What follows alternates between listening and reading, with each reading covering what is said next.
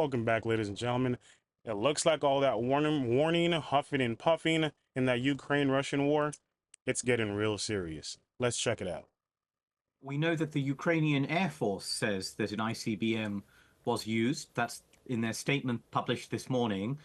Some of the Western officials that I've been talking to say they are not sure about this. They think it could be another sort of ballistic missile. Russia has, of course, used many ballistic missiles in its war against Ukraine. And Wow. just to remind your viewers, a ballistic missile is one that goes up and down in a ballistic arc, as opposed to a cruise missile that goes closer to the ground, flies like an aeroplane, flies through the air. So, if the Ukrainian statement is correct, it would be a big deal. It would be the first ever use of an ICBM in conflict. Now, just so we're clear here, the ICBM stands for Intercontinental Ballistic Missile. Why is Russia using a weapon that can reach all the way over to the United States with their next door neighbor? It's a message. If anyone is confused about what that means, that is a message. Stop playing games. He didn't use the cheapest weapon. He used the weapon that can make it basically halfway around the world. That's a message.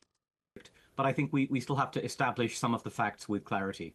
Now, if this was the case, though, but ICBMs are designed for nuclear warheads. Now, can this be seen as perhaps a grave warning from Vladimir Putin, given the events of the past week where... And notice the words he used, designed for. Not that, it can carry it. It is designed for. It's designed to be the delivery system for those long-range nuclear weapons to reach out and touch somebody, okay? Where both the US and the UK have approved the use of shorter range relatively to ICBMs missiles by Ukraine. Yes, to use an ICBM would be in some ways a strange military choice.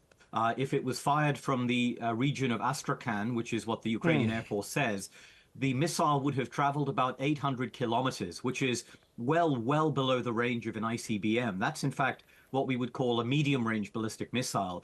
And the missile would have had to be on an exceptionally lofted trajectory, that is extremely sharp up and down angle. Which means they basically neutered the weapon to make it do what it did. It didn't need to. This weapon is made to fly across the world. They made it do this and come right back down instead of doing the arc all the way over over the ocean and come back down. That's a message. Cut the crap, or this country will pay for it. All right. To be able to fly such a short range, it would have likely been very inaccurate in that range.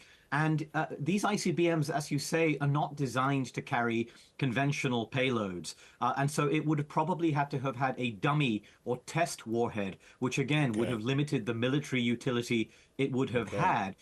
Hey, what are you doing? Did you subscribe yet? How about that like button? It's pretty lonely. Go ahead and hit that like and subscribe button for me, all right? Let's get back to the video. So the purpose of this, if it was an ICBM, would clearly have been a signal that Russia is escalating to a different type of system, a strategic system. And I think it's fair to say that would have been a response to the use of ATACMS. And of course, as we saw yesterday, British Storm Shadow. British, the United States, that's given Ukraine weapons to fight this war, weapons that's been used to attack inside of Russia. Listen, say what you want to say about whether Ukraine should do what they do. Why are we over there? Why are we putting our people at risk for something like this? I'm not for it, not one bit. Shadow cruise missiles inside Russia for the very first time. And I suppose in the scheme of this very long, protracted war, Shashank, how is this up to the ante in this conflict? Well, we've seen a steady escalation on all sides as time has gone on, beginning with the provision of ever more advanced weapons to Ukraine. At first, small weapons, then tanks, then fighter jets, then... They take an inch by inch, and this is how we ended up in the situation. The same taking inch by inch by inch. Look up the history, all right? Well, guys, this is the first thing that I saw on my news feed this morning when I woke up, fresh, ready to go to work at 4 o'clock in the morning. So I decided you guys need to hear about this and get my take on it. We need to mind our own business and keep our own people safe. End of story. All right. All this geopolitics, we're defending democracy, because don't forget, that's what they're saying. They don't want Ukraine to fall to Russia, because that'd be, you know, another light of democracy stuff now.